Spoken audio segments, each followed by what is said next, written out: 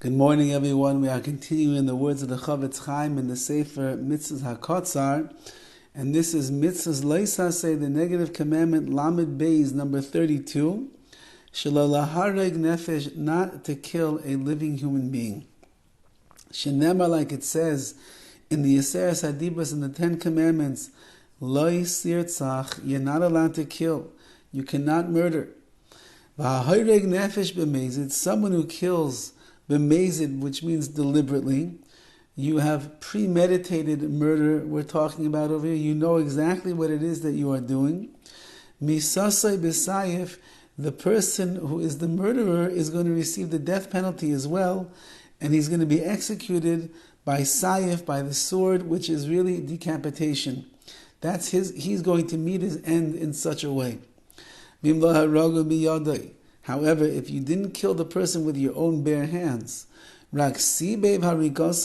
however, you arranged, so to speak, or you caused that this other person is going to die.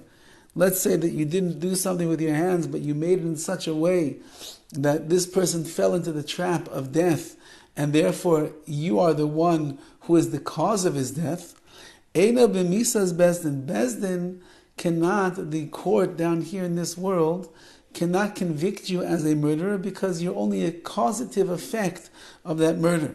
However, Elachayev misa b'idei shemayim, but in the heavens, you are going to be chayev misa, you deserve the death penalty.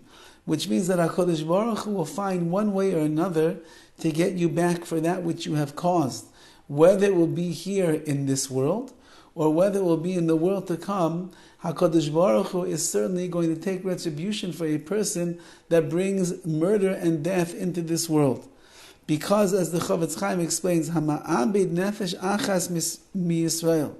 If someone destroys even one soul, one life amongst the Jewish people, which means if even one Jew is killed, either directly by you or through your actions, Ki'ilu ma'abed olam maleh, it is as if you have destroyed an entire world. You have made an entire world lost.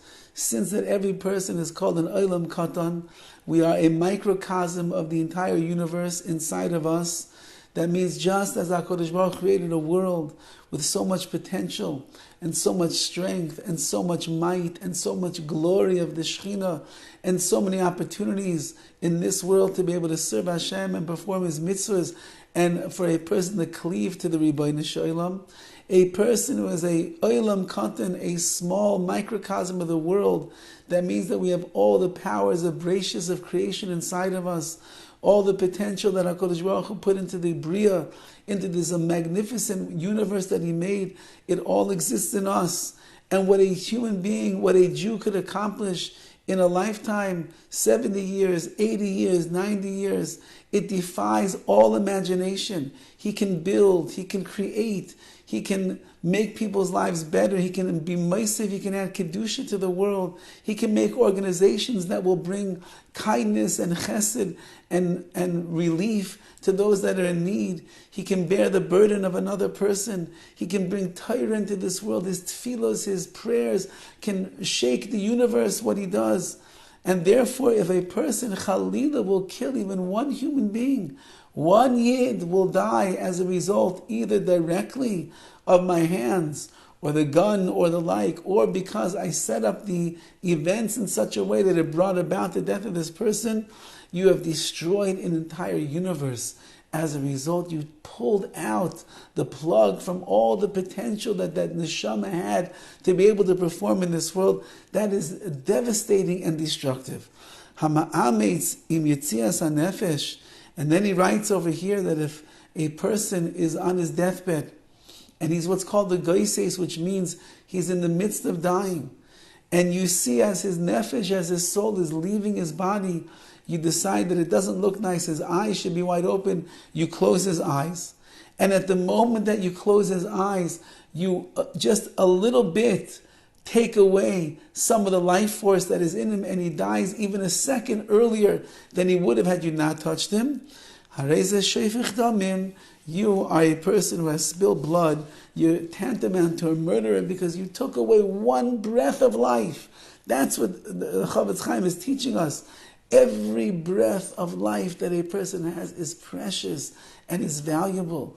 Because like Rav Yisrael Salanter taught us, that as long as the candle burns, yesh l'sakin, a person could fix, they could do. As long as the neshama is in this world, there is tikkun, there is correction, and there is growth, and there is improvement, and there's dveikis, there's closer to Hashem that a person could achieve. And if you remove even 1 second from a person's life in this world, you just destroyed the olam katan, you destroyed their opportunities.